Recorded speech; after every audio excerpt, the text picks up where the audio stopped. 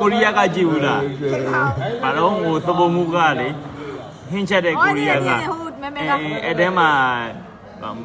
ဟင်းကိုသူကမြည်လို့မရအောင်မြည်လို့မရအောင်သူကဘာလို့လဲမသိဘူးထားပါတော့အဲ့လိုမျိုးသူကလည်းမမြည်ဘူးသူကလည်းသူဟို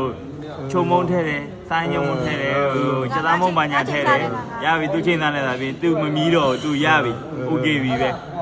ပြီးရင်စားကြည့်လိုက်ငန်းငန်းပဲပေါ့ရင်ပေါ့နေမယ်တခုတော့တခုပဲပုံမှန်ဆက်ဟက်တဲ့ရဆိုတာ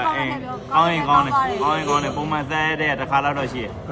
ဆယ်ကတစ်ခါလောက်ဟုတ်လေကိုယ်က3ခါချက်ရင် ဟုတ်လားပါဗျာ အာမ3ခါချက်ရင်ဟုတ်3ခါချက်ရင်တစ်ခေါက်မှငဲနေထားတစ်ခေါက်မှပို့နေတာတစ်ခေါက်ကတော့အတော်ဖြစ်ပါလားဟုတ်အဲ့လိုမဟုတ်နင်က